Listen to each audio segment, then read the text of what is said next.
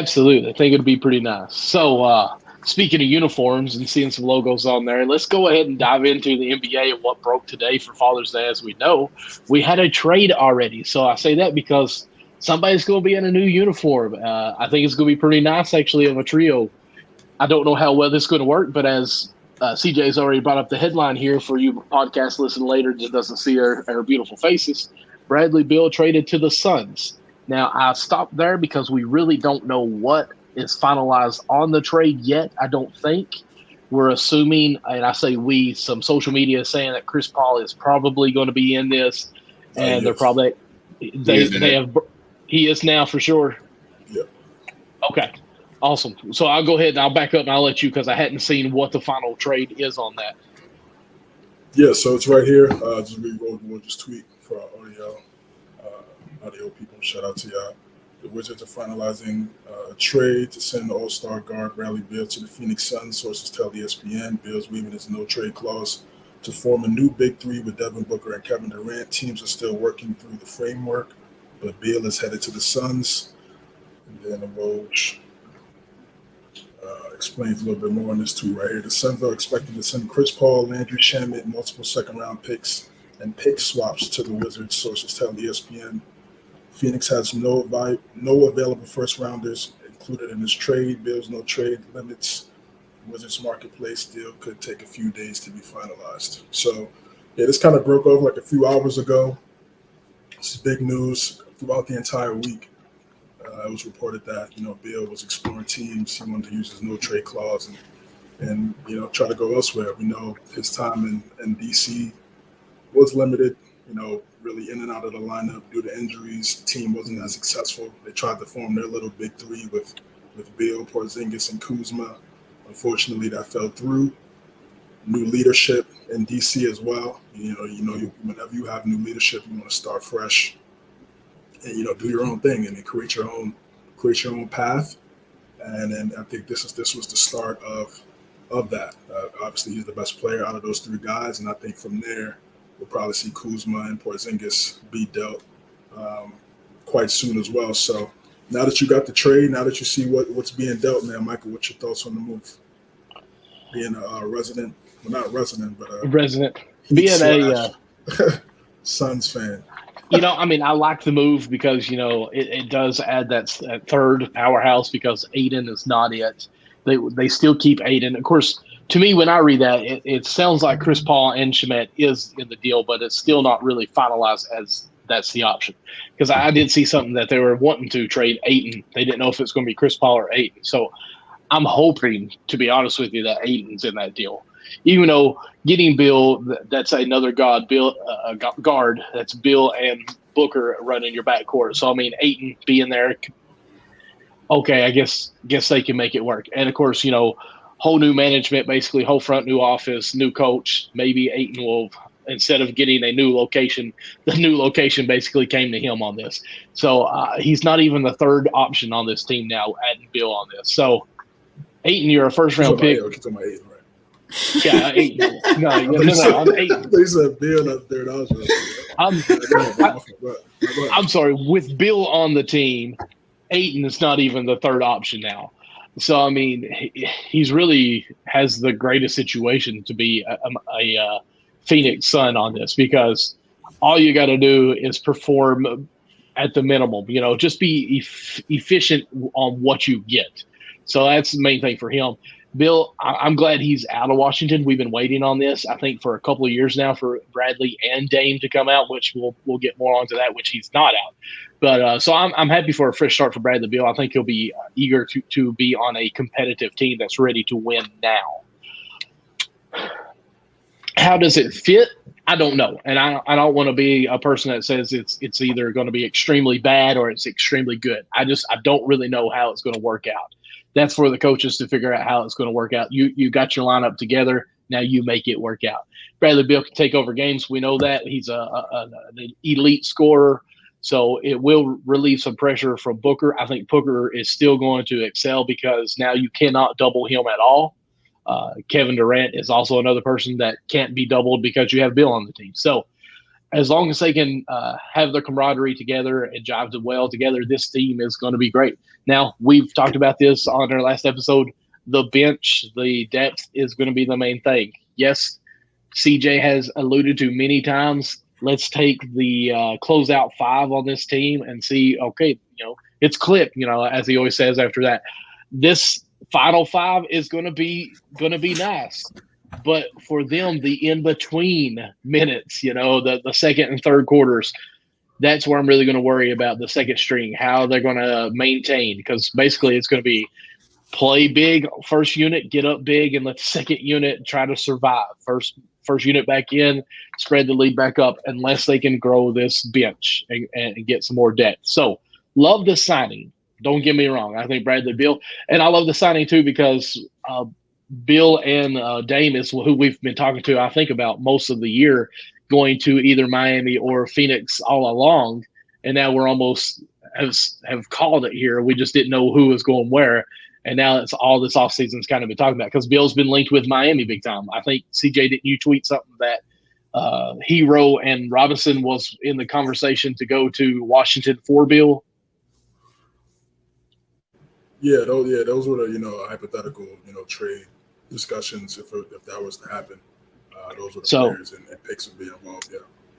So it's going to be crazy to see how it plays out as far as what else is finalized in this. Because to me, Hero and Robinson, who Robinson has established himself as a player in the NBA this postseason, plus whatever picks they were going to get, whatever Phoenix is offering has to be better than Hero, Robinson, and picks, or it was a loss for Washington in my opinion, unless you just don't want to flat out trade with Miami because they're in the East with you. So Washington has to be getting something good. Chris Paul and some picks that they're already talking about. They're going to, if they get Chris Paul, drop him or trade him away or waive him. I mean, that doesn't make sense to me. So I'm anxious to see what the finalized trade is on this.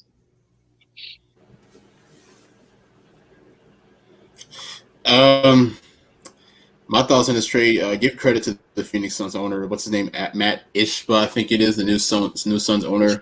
Seems like he's really locked in. He seems like he's really hands-on. He's really trying to build a championship organization or trying to capitalize off the championship organization. So give credit to him. What are my thoughts on the trade? I mean, I guess you can say it looks good for Phoenix side. For Washington side, it really just seems like they're just trying to literally just clear the house, what it looks like. But I guess my concerns with the trade is, look, don't get me wrong, Bradley Beal is a phenomenal scorer, but I've said this months ago. I feel like with today's NBA, it's like we're not really in like a big three era no more. So, when you look at this Suns team, it's clearly a big three with Devin Booker, Kevin Durant, and Bradley Beal. But my concern is, is the supporting cast going to be able to be great? We saw the lack of production from the bench throughout the playoffs, and we said that was a concern. That was a game where the bench only scored like 4 points. So, is there like, are there going to be any other moves going through the offseason? I mean, clearly it's a long offseason. We still got July, August, whatever it is, and plus we got free agency, so anything can happen. But my concern is, where is the production going to come as far as from those three guys? Because I mean, I get it. You can double team one of them, and then both of them will probably be open. But I don't know. I guess to me, maybe like when you do have, like I guess you can run lineups, with the second unit where you have at least one of them in the lineup. So that does give some production offensively. So I get that. But I mean, at the end of the day, I guess my concern is this team going to be better than Denver? Is this team going to be better than?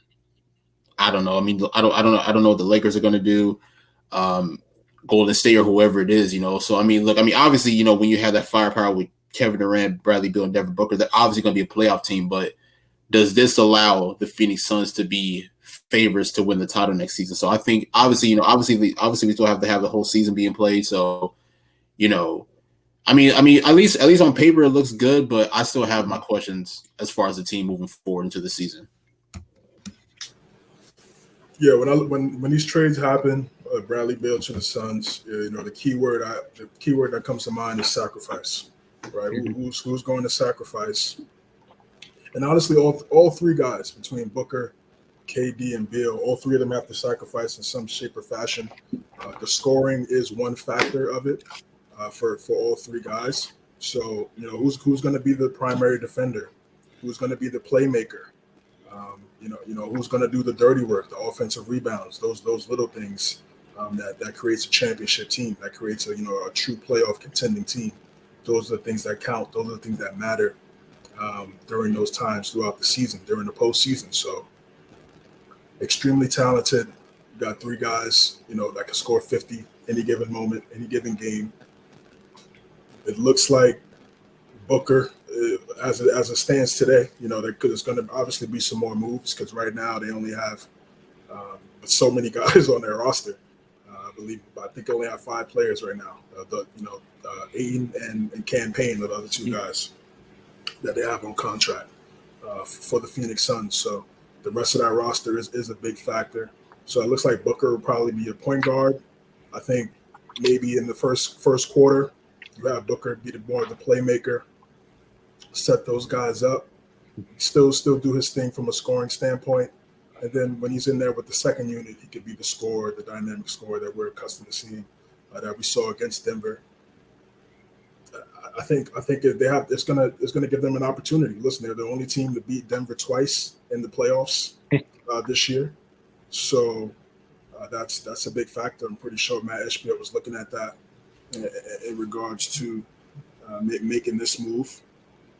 And yeah, the depth. We looked at their roster last episode, and I was like, yo, that roster was looking crazy, man. They need some help. They need some work, and they still do need some work. Even if you add somebody like Beal with his caliber, has been hurt over the last few seasons. Had a great 2021 season, which he made All NBA, but just him staying healthy, KD staying healthy, and Booker. All 3 of those guys have dealt with some injury concerns last year. So that's the key thing. That's the primary factor when you have 3 dynamic players like this and not a lot of depth. Those next, Ayton, we'll see. They do have him for a long contract. You could move him to add the depth that we're talking about and really enhance this roster. I don't see him really being a factor. He's not a great defender. He's an okay rebounder. He doesn't really do anything else outside of being a scorer, a solid roller, solid popper at times with the mid range. He's good on the free throw line, but in terms of doing the dirty work, doing the little things, I don't know if that's him.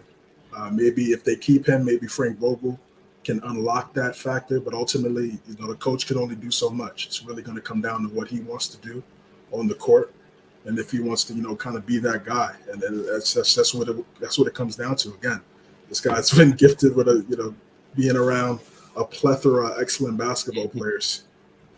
So it's like, what else do you need? What else do you need? So that's the thing that I'm interested in seeing is the sacrifice, man. Hopefully, I'm pretty sure those 3 guys will come together during the offseason and have those discussions on how they want to play together and what things they want to do on the court. I think the big factor is all three players can play on and off the basketball. That's the key factor, especially Beal, 40% and catching threes last year when he was out there. So that's a big deal for sure for Bradley. He's playing a role where he doesn't have to be the guy. He can come in and kind of. I could really see him also being with that second unit and kind of playing like how he played in DC and dominating those second units for the Phoenix Suns. You look at the Denver Nuggets, and we're going to talk about them in the next segment. The champions in the playoffs, they only played 8 guys. They played 8 players. You look at the box score. It was Christian Braun, Jeff Green, Bruce Brown. That was the 3 guys that came off the bench for them. And then they had either Jokic or Murray out there with the second unit, and then another starter, whether it was MPJ or Aaron Gordon. So that was it. So who's gonna, if they do keep Ayton and Okogie, who's gonna be those other 4 or 5 players for the Suns? They need a backup center, no question. Could it be Dwight Howard?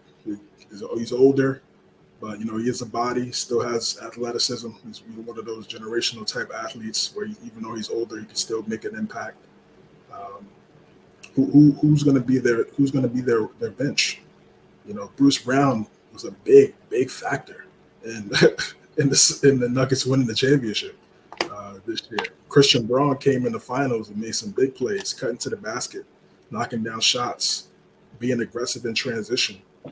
Jeff Green knocking down threes, being a body, getting fouls, being physical, coaching some of the younger guys, coaching some of the starters like Aaron Gordon and Michael Porter Jr., looking at some of those clips, those mic'd up clips after they won the championship, his leadership, his presence.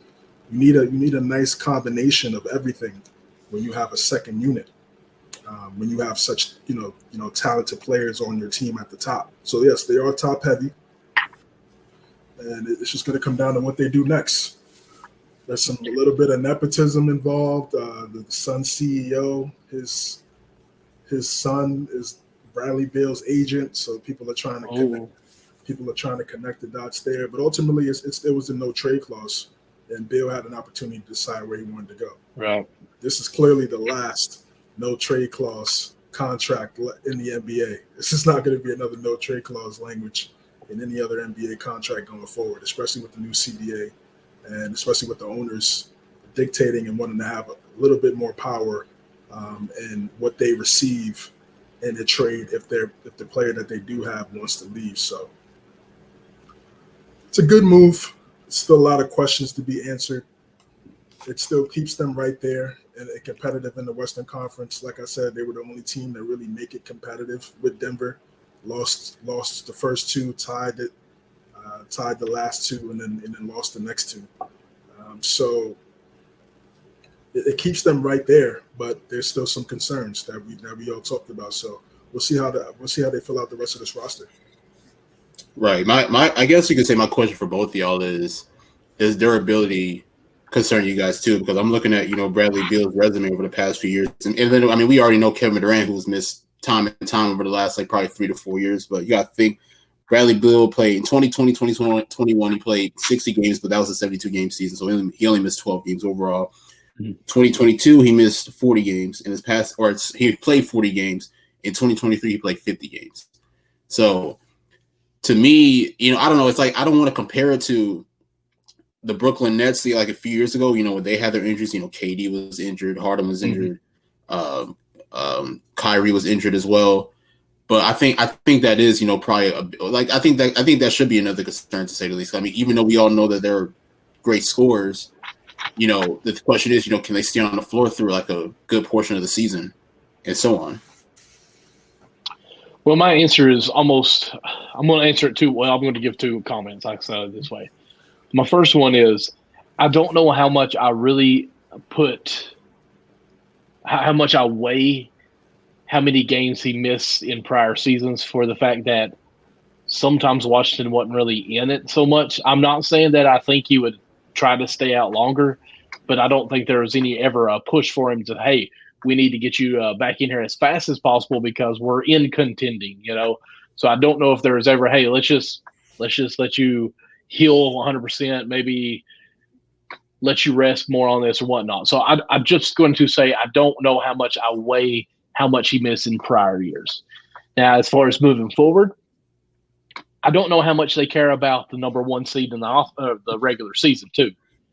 This is, again, like, what we're talking about. This is almost like the big super team that we've seen in years past where they don't care if they're the 1 seed or not. So they load manage all year long, stay fresh as much as possible, play 3 games a week instead of that 4th game if it is, and have each person, one of them, set out each week that they can, and just minimize as much wear and tear as they can for the whole season. If they get the 4th, 5th, or 6th seed, I think they're okay and happy with it. As long as they're not a play-in, Phoenix is going to be a top-tier team no matter what seed they are. They're going to be like the Lakers, even though they were 7th or 8th seed coming in. I mean, CJ had them picked to win the finals, which was a decent pick. So, I mean, I don't think their seeding matters really much to them. I think it's weird that that's a problem. Like, I think number 1 seed in the regular season should get some kind of incentive. That way we have competitive ball all year long. But that's me. Well, the incentive is home court advantage throughout the playoffs. That's the incentive right there. We saw it. They only lost 1 game. the entire postseason. Lost 1 game at home the entire postseason. Or at home. Yeah, that's the incentive right there. So, Right. Yes, they have talented players where they can win on the road.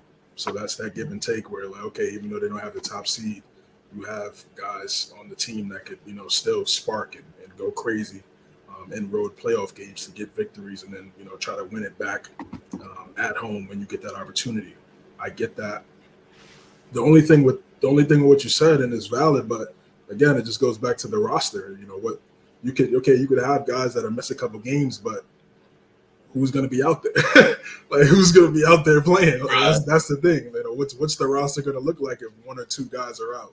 They're going to have 10-day contracts like every 20 days they're going to be rotating these players to the G League. Just like, all right, next man up. Come on up for a while. Yeah, and it's like, and listen, I know second-round picks aren't, they're not NFL second-round picks. Right. But they're bodies, you know what I mean? And they're people you could draft. And when you lose those picks, you really have to just look into the free agency market and get guys on mid-level exceptions and really for cheap. See, what I think is crazy, and I'm sorry to interrupt you while we're talking about this, it just kind of hit me. We brought up no trade clause. Shout out Aaron Washington and his guys. If they trade Chris Paul in this, I mean, he was the $30 million of red, right? Like, I don't know why they would trade him. Like, now you got Beal, you have to pay Beal, right? Or does Washington end on that? Yeah, what do you mean? What do you mean? Phoenix is paying Beal now. Right, so Phoenix is paying Beal, but with Chris Paul, when you were talking about releasing him, renegotiating, signing him back, you weren't guaranteed to pay him, or he wasn't owed any of that $30 million. It was in the red on their website. So I don't know why. That's what I was trying to trade him. They're trying to flip him now. Right, but that's why I think it's weird. Why would the Suns want to trade him instead of Ayton, who's guaranteed those money? Hey, let's get rid of Ayton. Let's talk to Chris Paul and renegotiate this and get us down lower and keep you. But what's Aiden's value right now? Yeah, but what's Aiden's value right now? That's the thing. It's like, it's bodies. How is he viewed amongst NBA circles when it comes to executives? And I agree with you. On that. But now your guaranteed is even more up there because you're going to let Chris Paul go, who wasn't guaranteed $1. Well, I don't think they're done. Like, I don't think they're done. Right. They can't be. They can't be. Right. Yeah. I mean, there's a high.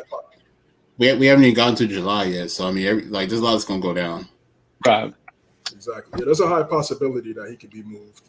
And veterans contracts. What's the minimum for a veteran? I think it's $5 million. $5 million. And again, it's like you're gonna have to get some G League guys. Some guys. It looks good right now. It looks good right now, and they're going to be a playoff contending team because they've been that the last 3 seasons. So it's not one of these things where it's like they're coming out of nowhere and they're just building this team yesterday. It's like, oh, okay, but they have some type of stability there. New head coach, that's a big deal. Frank Vogel's there now. How's his voice going to translate with 3 talented players, 3 number 1 options now, all on one team? How is his voice going to be heard? What are things he's going to do with this new roster? He's given a great opportunity. Just came from LeBron and AD, won a championship with them a few years ago. Now he's with Kevin Durant, Devin Booker, and Bradley Beal. It's a blessing when you take a year off. You've seen Doc Rivers doing that right now. And we saw Frank Vogel just do that and just got a great opportunity. So it's great for him. And again, for the Wizards, I see a lot of people saying they got fleeced. And did they? I mean, they got rid of one of the worst. I guess they got rid of a bad contract in their eyes, not Bill's eyes. Obviously, he's getting cheese, but got rid of a bad contract. Yeah, did they get a multiple first-round picks? No, but I didn't really expect a Damian Lillard type deal for Bradley Beal. I didn't see him as that type of player. Did I expect a few first rounders in there? Yeah, but nothing to the level of. And again, the Gobert trade is out. That's what I'm saying. Like nobody's going to try to duplicate that, man. No, it's never going to be duplicated. That's what's going to make Minnesota they're gonna stick out like a sore thumb. That's gonna be them. They're gonna have that trade there, and everybody's gonna talk about how bad that trade is. No one's ever gonna try to touch that. So, but I did think they would get a couple first in there, but either way, listening to Brian Windhorst a couple days ago, he said they would probably get it for cheap, and that's exactly what they got. They got an aging point guard, a backup, and a couple second-round picks.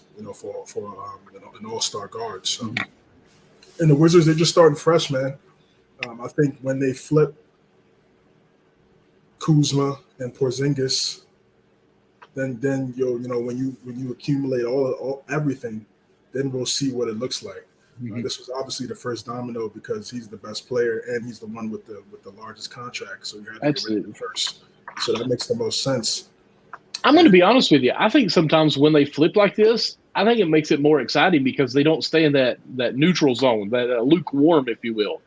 Because, we've talked more probably this year about Detroit Pistons, Orlando Magic, than we've talked about, at least myself, in years of basketball since like the early 2000s, because they have a future of what's coming on and see at least a plan of what they've got going on. Even Oklahoma City, what all they've been doing because, they abandoned everything, but they really reloaded pretty quickly. So with Washington, who hasn't really been relevant for a long time, getting rid of Beal, getting some picks, getting Chris Paul, going to trade him, get some more picks.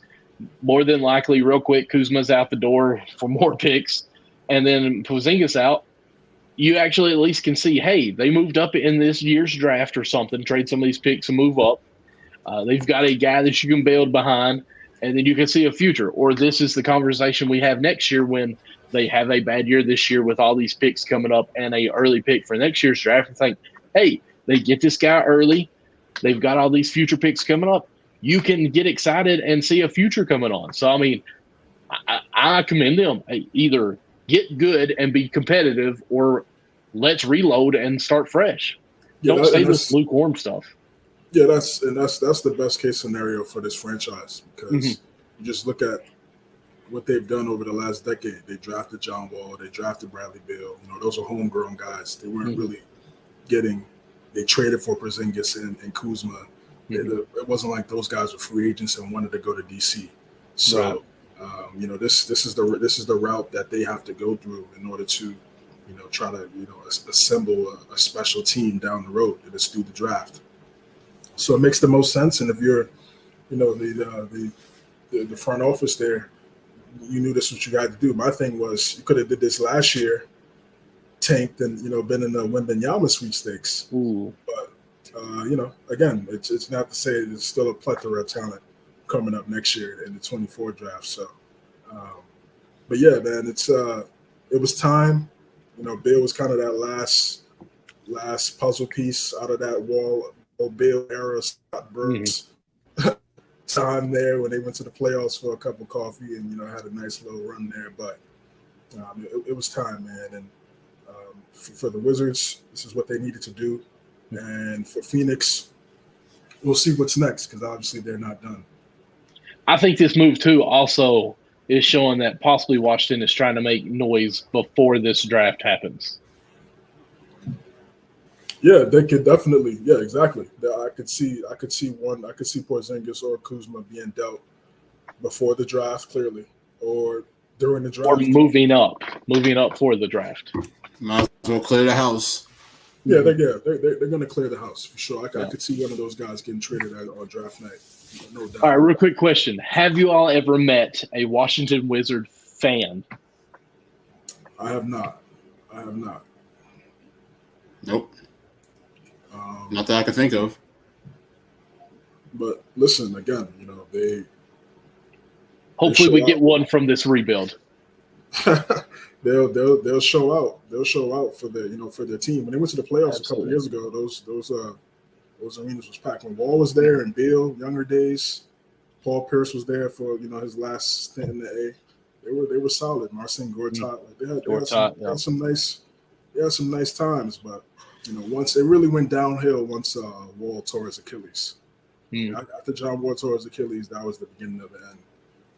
For that era, and it was definitely it's time to start a new era there. So I wish him the best. I wish them the best. I hope they find.